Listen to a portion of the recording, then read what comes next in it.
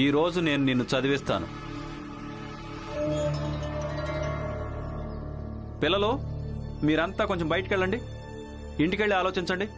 అలాగే ఈ భీమరావును చూసి నేర్చుకోండి. ఈ రోజు క్లాస్ ఇక్కడతో ముగిసిపోతోంది.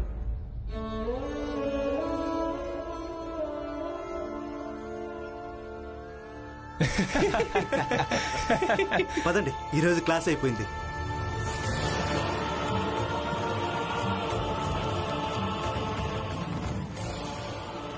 వెంటనే ఈ తరగతిలోంచి బయటికి వెళ్ళిపో. నేను ముందే చెప్పాను ఈ భీమ్కు అడ్మిషన్ ఇవ్వద్దని. ఒకవేళ ఇచ్చినా ఇతన్ని సైన్స్ మాత్రం చదవనివ్వద్దని. కానీ నా మాట ఎవరు వినలేదు. నీకెంత ధైర్యం ఉండాలి చిన్న జాతి వాడి వయ్యుండి సంస్కృతం చదవటానికి?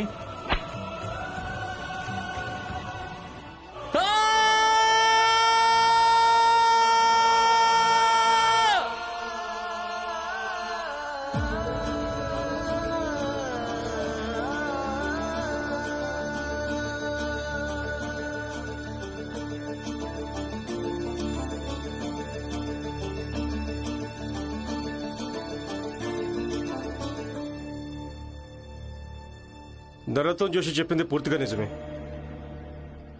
భీమరావుకు ఈ విషయంలో గుణపాఠం చెప్పి తీరాల్సిందే. పెద్ద జాతి విద్యార్థిని గెంటేయించి తను ప్రశాంతంగా చదువుకోవడానికి వీల్లేదు. మీరన్నది నిజమే మిస్టర్ రావు, మీరు తనని మనస్తత్వ శాస్త్రం చదవకుండా ఆపారు. కానీ తను ఏదో విధంగా చదువుకుంటాడు. కానీ మీరు ఒక్కసారైనా ఆలోచించారా? భీమరావు మనోవిజ్ఞానాన్ని గుర్తు చేసుకోగలడు. కానీ మీరిద్దరూ తన విషయంలో ఏం చేస్తున్నారో దాన్ని తను ఎప్పటికీ మర్చిపోలేడు. ఇక తను పెద్దవాడైనప్పుడు మీ ఇద్దరిని గుర్తు చేసుకుని ఏమనుకుంటాడు? ఇక గురువు గారి మీద తన మనసులో ఎలాంటి గౌరవం ఏర్పడుతుంది? గురువు మీద గౌరవం మీరు సంపాదించుకోండి. మా దృష్టిలో అయితే ఒక చిన్న జాతి విద్యార్థిని భవిష్యత్తులో గుర్తు చేసుకోకపోవడమే మాకు చాలా మంచిది. అలా కుదరదు. తను ఇవన్నీ గుర్తుపెట్టుకుంటాడు. పద్మాకర్రావు గారు, తను మీలాగే ఒక స్థాయికి ఎదిగిన తర్వాత మీలాంటి తుచ్చమైన పనులు మాత్రం చేయడు.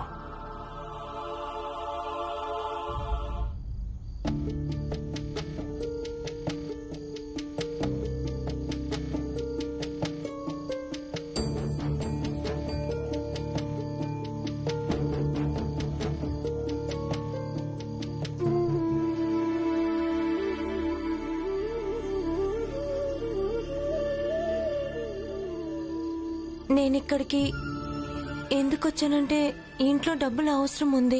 పైగా ఆయన చదువుతున్నారు కదా.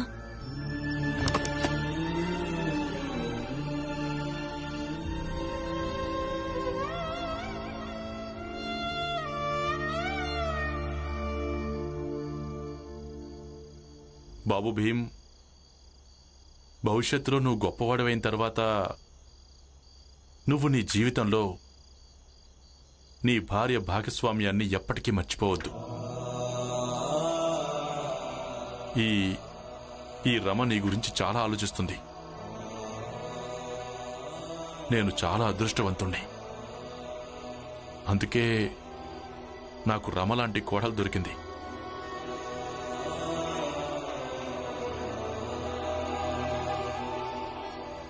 లక్ష్మి, నువ్వు కూడా. అంతగా తనేం ఆలోచించింది?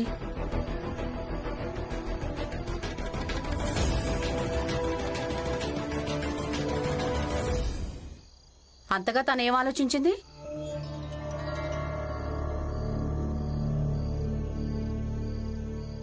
ఊరికే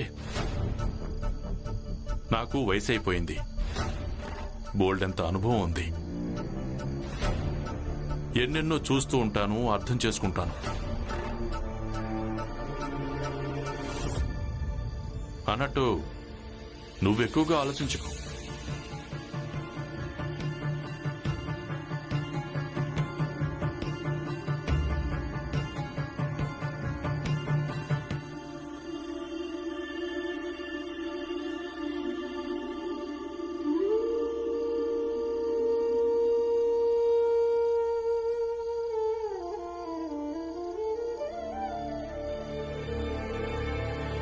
చేతనైనంతగా రోజు కూలి పని చేస్తాను. ఆయన ఎంత చదవాలనుకుంటున్నారో అంత చదవాలి. ఇక నేను ఆయన కోసం ఎంతగా కష్టపడాలో అంత కష్టపడతాను. ఇదిగో చూడండి, మన ప్రాంతానికే వచ్చి ఈ భీమరావు ఇక్కడి బల్బు పగల కొడుతున్నాడు.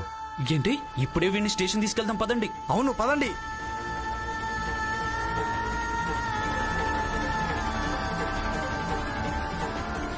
ఆగండి ఆగండి, నేను చెప్పేది వినండి.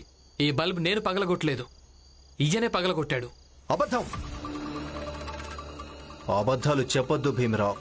నేను చూశాను, వీడిక్కడ చదువుతున్నాడు. నేనన్నాను ఇది పెద్ద జాతి వాళ్ళుంటే వీధి అని. మీ పేదవాళ్ల నిజాయితీని ఎవరు నమ్ముతారు? ఎలాంటి ఖరీదైన వస్తువును చూసినా బుద్ధి మారిపోతుంది. ఇంకెక్కడికైనా వెళ్ళి చదువుకోమని చెప్పాను. వీడు కోపం వచ్చి బల్బు పగలగొట్టాడు. ఇక ఇప్పుడు జనాల భయంతో నా పేరు చెప్తున్నాడు. మీరు అబద్ధాలు చెప్పకండి.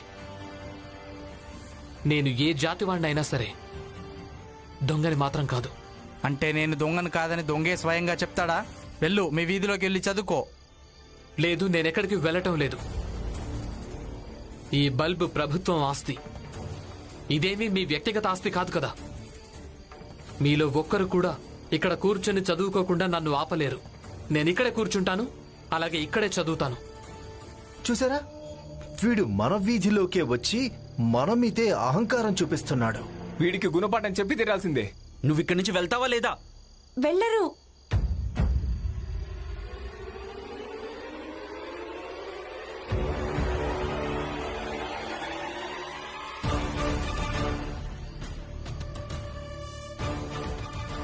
అయినా ఎందుకు వెళ్ళాలి? మీకేమనిపిస్తుంది? ఈయన్ని తిట్టి కొట్టి పంపించేయాలనా? అయితే మర్చిపోండి. నేను బతుకుండగా నా భర్తని ఎవరు తాకనైనా తాకలేరు. అయినా జోషి గారు, మీకు నేను ముందు కూడా ఎన్నోసార్లు చెప్పాను కదా, భార్యకుండే శక్తి ఎలాంటిదో. అయినా మీరిక్కడ రాద్ధాంతం చేస్తున్నారా? సోదరులారా, ఈ చిన్న జాతి వాళ్లతో పెట్టుకోవడం వల్ల ఎలాంటి ప్రయోజనం లేదు. పదండి. ఒక్క నిమిషం. కానీ వెళ్ళడానికి ముందు ఈ బల్బులన్నీ పగలగొట్టండి. ఈ నేరం మొత్తం ఈ భీమరావు మీదే పడుతుంది. నిజం చెప్పావు, బల్బును పగలగొట్టండి. మీరేం చేస్తున్నారు? పదండి, బల్బుని పగలగొట్టండి. చూడండి, వద్దు, అలా చేయకండి. అయ్యో,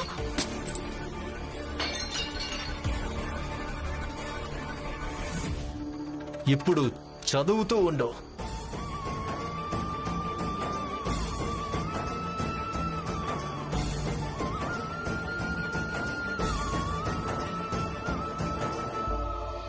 పదండి.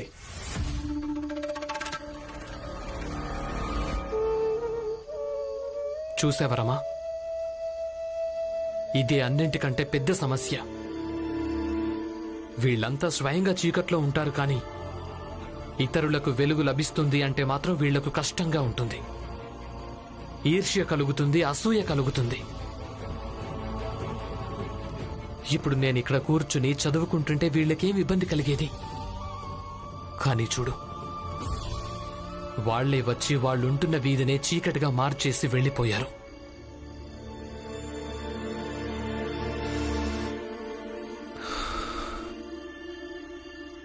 ఇంటికి పదండి. వీళ్ళు లైట్లను పగలగొట్టారు, కానీ పొద్దున సూర్యుడు ఉదయిస్తాడుగా, దాన్ని ఉదయించకుండా ఆపలేరు కదా. రేపు రాత్రి వరకు నూనె ఏర్పాటు ఏదో విధంగా అయిపోతుంది.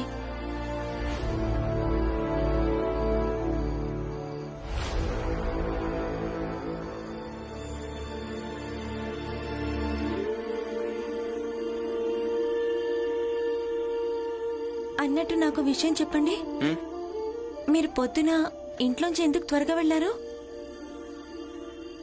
నేను సంస్కృతం చెప్పే గురువు గారి దగ్గరికి వెళ్ళాను. అంటే ఆయన మీకు సంస్కృతం చెప్పడం మొదలు పెట్టారా? ఏమేం చెప్తామో అవి వచ్చే 7 రోజుల దాకా చేశావంటే నేను నిన్ను ఖచ్చితంగా సంస్కృతం చదివిస్తాను. ఈ షరతు నాకు అలాగే నీకు మధ్యనే ఉండాలి. ఇక నువ్వే ఆలోచించుకో, షరతుకి అంగీకరిస్తావో లేక లేదు?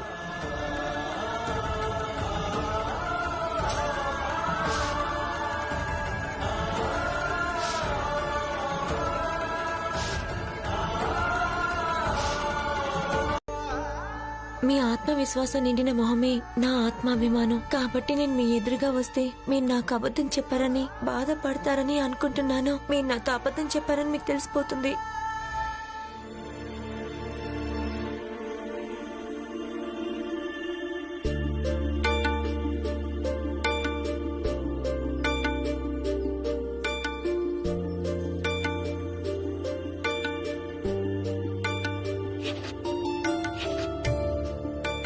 దీన్ని చూడగానే వాళ్ళకి తెలిసిపోతుంది ఈ కుండనెవరూ తాకారని.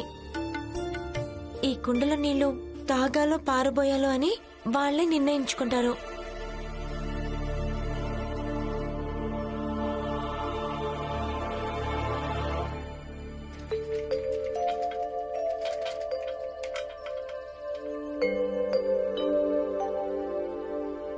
రమా, వచ్చేసావా? ఎక్కడికెళ్ళావు? కొంచెం పనుండి వెళ్ళాను. ఏంట్రమ్మా, నువ్వు నిన్న కూడా లేవు, ఈ రోజు కూడా లేవు. 2 రోజుల నుంచి నువ్వు అంతగా ఏం పని చేస్తున్నావు? చూడండి, అవన్నీ చెప్పడం అంత అవసరమా? అవన్నీ కాకపోతే కొద్దో గొప్ప చెప్పు చాలు. అంటే మా అందరికీ కంగారుగా ఉంటుంది కదా. ఎందుకంటే ఆడవాళ్లకు ఎన్నో తప్పుడు మార్గాలు తెరిచే ఉంటాయి. ఒకవేళ నువ్వు కానీ ఏదైనా తప్పుడు మార్గంలో నడుస్తున్నావేమోనని. నేను ఎలాంటి తప్పు చేయడం లేదు. అన్నట్టు నాకు తప్పుల గురించి బాగా తెలుసు. అయితే చెప్పొచ్చు కదమ్మా ఎక్కడికెళ్ళావో. ఎలాంటి తప్పు చేయడానికి వెళ్ళకపోతే చెప్పు. లేదంటే అందరూ తమకు నచ్చినట్టుగా అనుకుంటూ ఉంటారు. రమా, చెప్పు తల్లి, ఎక్కడికెళ్ళావు?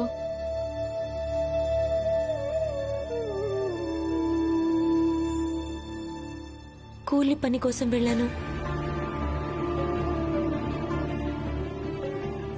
మీరందరూ ఎలా పని చేస్తారో నేను కూడా పని కోసమే వెళ్ళాను. ఎలా అయితే మీ అందరికీ నిత్యావసరాలు అవసరమో అలాగే నాకు కూడా అవసరాలున్నాయి. ఇంట్లో వాళ్ళకి చెప్పకుండా? అవును, ఇంట్లో చెప్పకుండా. మరైతే మధ్యలోనే తిరిగేందుకొచ్చావు?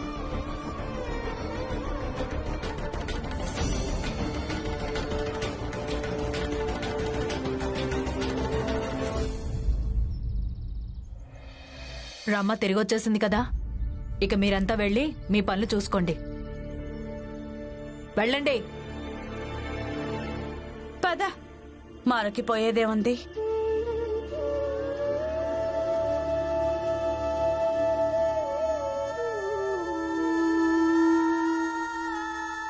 పని చేయడానికి వెళ్ళావు, కనీసం నాకైనా చెప్పెళ్లాల్సింది.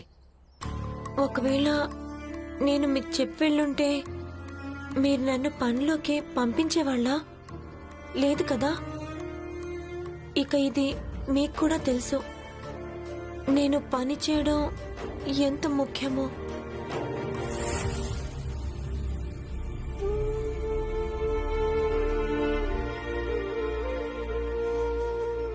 వెళ్ళు.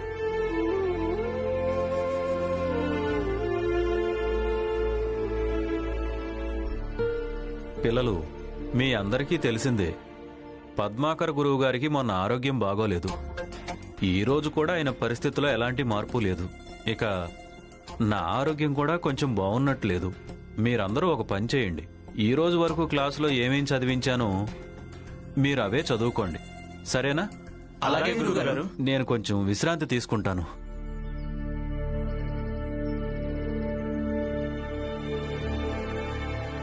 గురువుగారు ఇలా రోజు ఆరోగ్యం చెడిపోయినట్టుగా సాకులు చెప్తుంటే ఇక నేను ఎలా చదువుకోవాలి? నేనే ఏదో ఒకటి చేయాల్సి ఉంటుంది.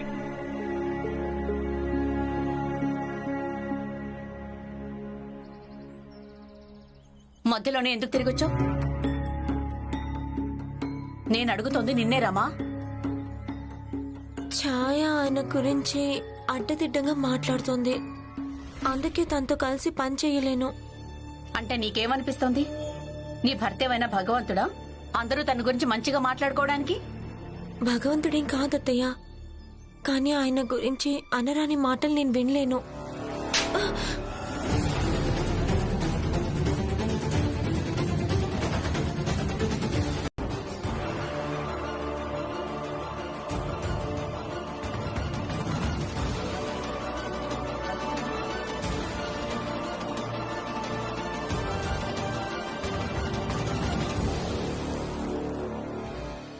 పారిపోయి ఉంటుంది. తరచుగా ఇలాగే జరుగుతుంది. పెళ్ళైన అమ్మాయి తన భర్త చేతకానితనానికి విసిగిపోయి ఎవరైనా డబ్బున్న వాడితో పారిపోతుంది. తను కూడా అలా పారిపోయి ఉంటుంది. జోషి గారు, జోషి గారు,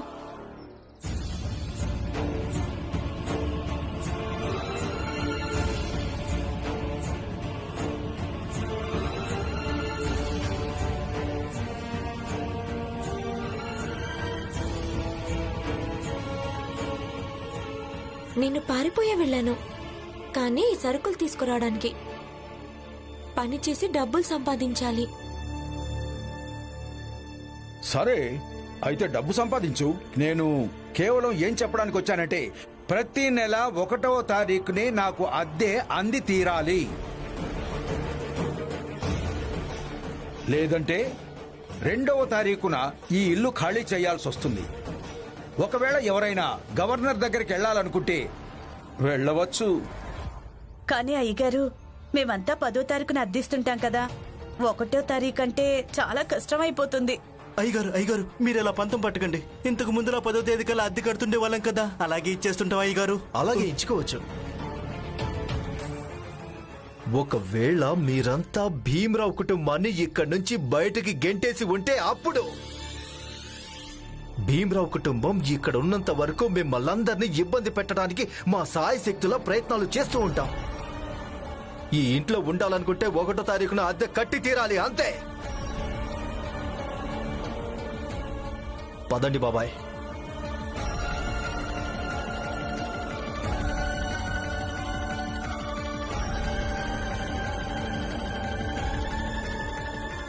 బాగుంది. వీళ్ళంతా గవర్నర్ని కలిసి వచ్చారు. ఇక దానికి శిక్ష మనం అందరం అనుభవించాల్సి వస్తోంది. ఇప్పుడు వీళ్ళు తమని గవర్నర్ అనుకుంటున్నారు. ఇక మన గురించి బెంగెందుకుంటుంది? కావాలంటే అయ్యగారు మనందరినీ గెంటేసినా సరే. ఇలా చూడండి, నేనెందుకు గవర్నర్ లాగా అనుకుంటాను? ఇదిగో చూడండి, నేను కూడా మీలాగే మీ పని చెయ్యాలని నిర్ణయించుకున్నాను.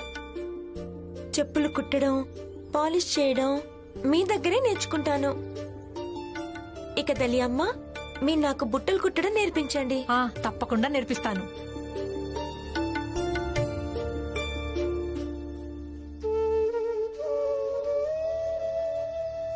మీ మాట అంటే నాకు కొంచెమే కాదు, చాలా గౌరవం ఉంది. నేను తిరిగి తిరిగి పని చెయ్యను. ఇక్కడే ఒక్కచోటే కూర్చుని పనిచేస్తా.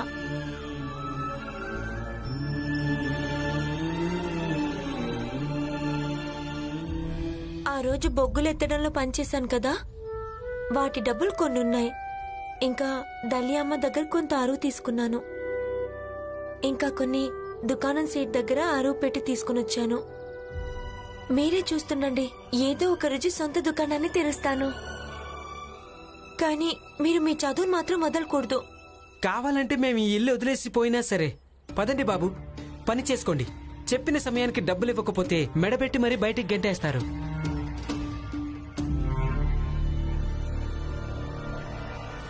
రామ్జీ, దుకాణం తెరవడానికి మేము ఏర్పాట్లన్నీ చేసేసాం. నేను కావాల్సిన సామాన్లు కూడా తీసుకొచ్చాను. చూడు రమా, నా చిన్నప్పుడు ఆనందన్నయ్య కూడా ఇలాగే దుకాణం తెరిచాడు. ఇక సంవత్సరాల తర్వాత నువ్వు కూడా అలాగే చేయబోతున్నావు. ఏ పనైనా చిన్నది కానే కాదు రమా. కానీ నా చిన్నప్పటి నుంచే మా నాన్న ఇలాంటివి చేయకుండా ఆపేశాడు. ఇక నా కోరిక కూడా ఇదే, నువ్వు ఇలాంటివి చేయటం మంచిది కాదు. అయినా నువ్వు చేస్తానంటున్నావు. సరే, కానీ ఒక్క విషయంలోనే బాధ అనిపిస్తోంది రమా. మన జాతి వాళ్ళందరూ ఇప్పటికీ తాతల నాటి వృత్తిని దాటి ఎందుకు ఆలోచించలేకపోతున్నారు? ఏమో తెలీదు. నాకు తెలిసింది ఒక్కటే, నా భర్త కన్న కలను నిజం చెయ్యడానికి నేనేం చేయాల్సి వచ్చినా సరే అది చేస్తాను. కానీ నేను మీ చదువుకి మాత్రం ఎలాంటి ఇబ్బంది కలగనివ్వను.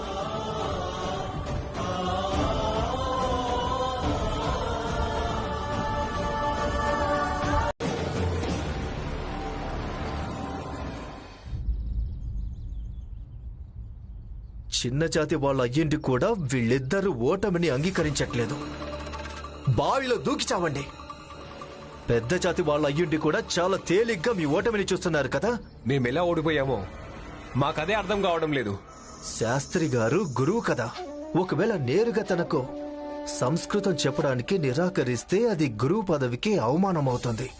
అందుకని షరతులో ఇరికించి ఈ భీమరావుకు సంస్కృతం లాంటి శుద్ధ భాషను చదవకుండా అడ్డుపడ్డాను. కానీ మీరెందరూ ఎవరైనా గురువులున్నారా? అంత మర్యాదగా నిలబడున్నారు. అయ్యో, ఎందుకు మేము ఏం చేయాలో చెప్పు. కర్ర తీసుకుని వాళ్ళని కొట్టండి. వీళ్ళిద్దరిని ఎంతగా కొట్టాలంటే భార్య భర్తలిద్దరూ స్పృహ కోల్పోవాలి.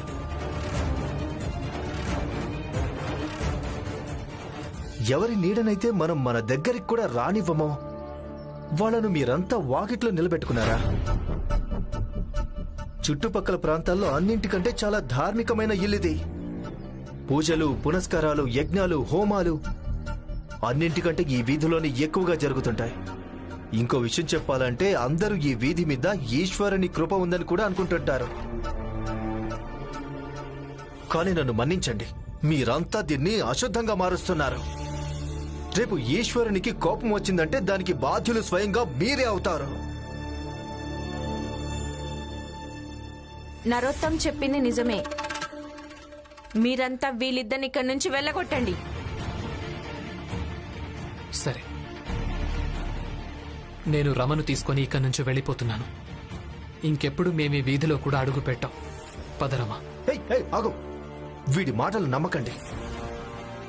వీడు చాలా మొండి. పెద్ద జాతి వాళ్ళ వీధిలోకి అడుగు పెట్టినందుకు వీడికి తప్పకుండా శిక్ష వేయాలి. అప్పుడే వీడి మనోబలం తగ్గిపోతుంది. లేదంటే వీడికి ధైర్యం పెరుగుతూనే ఉంటుంది. ఈరోజు వీధిలోకి వచ్చాడు, రేపు మీ ఇంటిలోకి వస్తాడు, అలాగే ఎల్లుండి మీ జీవితాల్లోకి వస్తాడు. నిజం చెప్పావు. వీడికి బుద్ధి చెప్పి తీరాల్సిందే. అవును, ఖచ్చితంగా బుద్ధి చెప్పాల్సిందే. పద, కర్ర తీసుకో. మీరేం చేస్తున్నారు?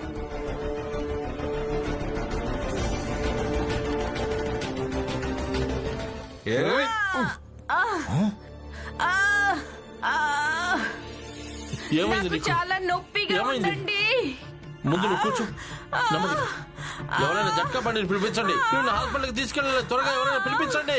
గురుగారు నేను ఇప్పుడే వెళ్ళి జట్కా బండిని పిలుచుకొస్తాను. తన జాగ్రత్తగా ఎక్కడికి వెళ్ళడానికి వీల్లేదు. నా భార్యకు త్వరలో బిడ్డ పుట్టబోతోంది. ఇక ఈ శుభకార్యానికి నాకు నీతో ఎలాంటి అవసరం లేదు. వెళ్ళిపోయి ఇక్కడి నుంచే. మరోసారి ఇంకెప్పుడు రావద్దు. గురువుగారు, మీరేం కంగారు పడకండి. నేను ఇప్పుడే జట్కా బండి తీసుకొస్తాను. మీరిద్దరు ఇక్కడ నుంచి వెళ్ళిపోండి. బిడ్డ పుట్టడం శుభం అవుతుంది. మీరిక్కడ ఉండడం అశుభం. వెళ్ళండి ఇక్కడ నుంచి. పదరమ్మా ఇక్కడి నుంచి. ఒకరి శుభకార్యంలో మనం ఇబ్బందిగా మారకూడదు.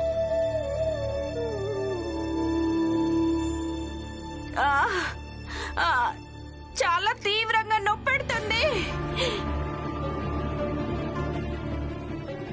గురువు గారు, ఇక నేను బయలుదేరుతాను. ఎలాంటి అవసరం వచ్చినా సరే, ఆరోగ్యం ఎలా ఉన్నా సరే నాకు చెప్పండి.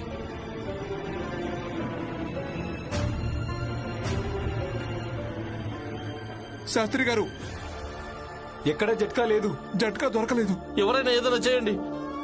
నా భార్యని కాపాడండి. ఏదో ఒకటి చెయ్యండి.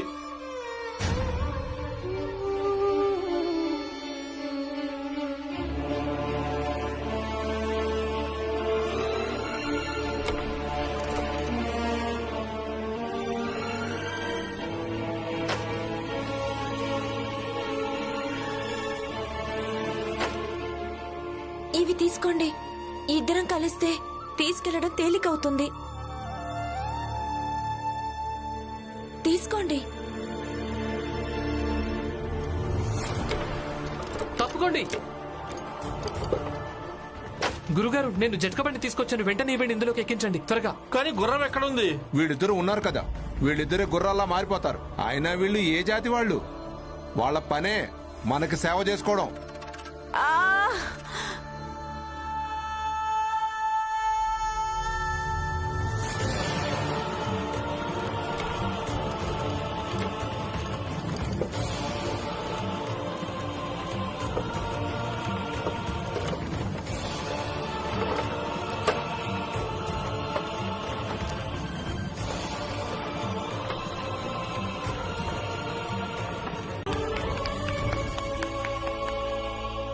చూస్తున్నావా అత్తయ్య, భీమ్రావ్ ఇప్పుడు ఆకాశంలో తేలిపోతాడు. అభినందనలు భీమరావు, అభినందనలు.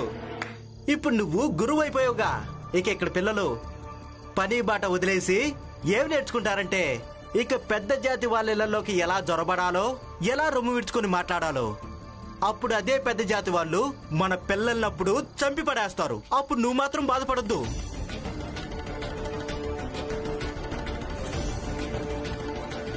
చూడండి బాబాయ్, నేను కూడా మిమ్మల్ని నా గురువుని చేసుకోవాలనుకున్నాను, కానీ మీరే పని నేర్పించలేదు. నేర్పించొచ్చు కదా. ఒకసారి చెప్పాను కదా నేను నీకు పని నేర్పించనని. ఎందుకు ఇబ్బంది పెడుతున్నావు? నాకు ఎవరికి గురువు కావాలని లేదు. పని నేర్చుకుంటుందంట.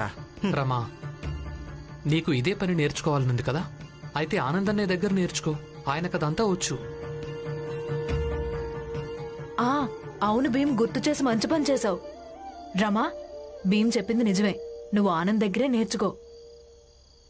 అలాగే నేర్పిస్తాను. అందరూ పదండి, రాత్రి బాగా పొద్దుపోయింది. పదండి. వెళ్ళు, ఇంటికి వెళ్ళు దీపక్.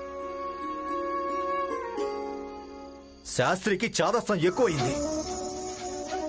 ఇక తను కూడా కాలేజీలో ఆ నామ్ జోషి ఇంకా ఖుదా బక్షిలాగే ఆ భీమరావుకు సహకరిస్తాడు.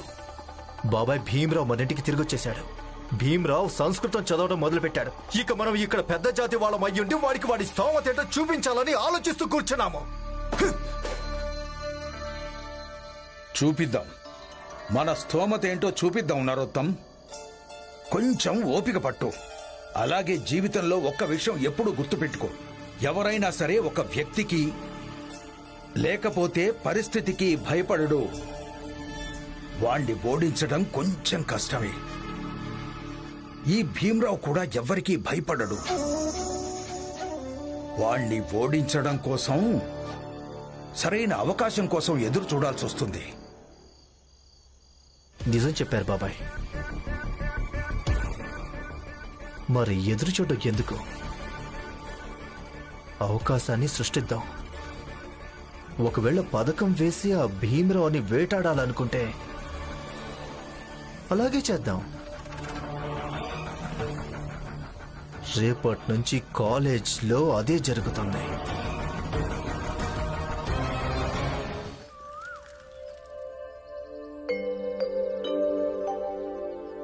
రమా, ఈ చెప్పుని ఈ విధంగా పట్టుకోవాలి. తర్వాత ఇలా దారంతో ముడివెయ్యాలి. ఇక దీన్ని ఇలా పట్టుకోవాలి, లేదంటే చేతికి గాయమవుతుంది.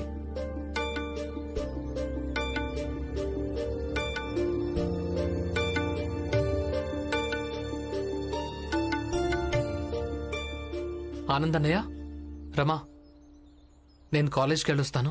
వెళ్ళండి. అన్నట్టు ఒక్క నిమిషం ఆగండి. సాయంత్రం కొంచెం త్వరగా రండి. ఎందుకంటే ఆనంద్ బాబు ఏం చెప్పారంటే ఆయన సాయంత్రం కల్లా నాకు చెప్పులు కుట్టడం నేర్పిస్తారట. ఇక నేను సాయంత్రం నా కొత్త దుకాణాన్ని ప్రారంభిస్తాను. అలాగే నేను పూర్తిగా కోలుకునేంత వరకు, అంతవరకు నేను రమాకు సాయం చేస్తూ ఉంటాను.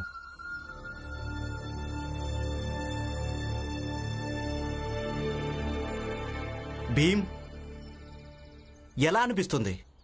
ఏ పన్నైతే నువ్వు వదిలేయమని ప్రపంచానికి చెప్తూ తిరుగుతుంటావో అదే పని ఇప్పుడు నీ భార్య చేస్తుంది. ఇక నుంచి ఎవరితోనూ ఇప్పుడు ఇలా మాత్రం చెప్పొద్దు, పని పాట వదిలేసి చదువుకోవడం మంచిదని. లేదండి, మీరు నన్ను అపార్థం చేసుకుంటున్నారు. నేను చెప్పిన మాటకు అర్థం ఇదైతే కాదు, ఏ పనైనా చిన్నదో పెద్దదో అవుతుంది అని. కానీ ఒకవేళ ఏ జాతి వాళ్ళైనా ఏదైనా పని చేస్తూ ఉంటే దాని అర్థం వాళ్ళు ఎప్పుడూ అదే పని చేస్తూనే దానిలోనే ఉండిపోవాలని కాదు కదా. నేను చెప్పాలనుకుంది కేవలం ఇంతే. బాబు భీమ్, ఎక్కువగా ఆలోచించకు. రమ ఏం చేస్తుందో అది పూర్తిగా సరైందే. ఇక ఇలాంటి పరిస్థితుల్లో ఏ ఆదర్శ భార్య అయినా ఇదే చేస్తుంది. మీరు చెప్పింది నిజమే నాన్న. కానీ ఇక్కడ ఏదైతే జరుగుతోందో అది నాకు ఏమాత్రం ఆదర్శప్రాయంగా అనిపించటం లేదు. కాని బాబు, వర్తమానంలోని ఆదర్శ స్థితి ఇదే. కానీ నువ్వు కేవలం నీ భవిష్యత్తు గురించి ఆలోచించు, అంతే. పదరాంజీ మిల్లుకెళ్దాం. పద బాబు.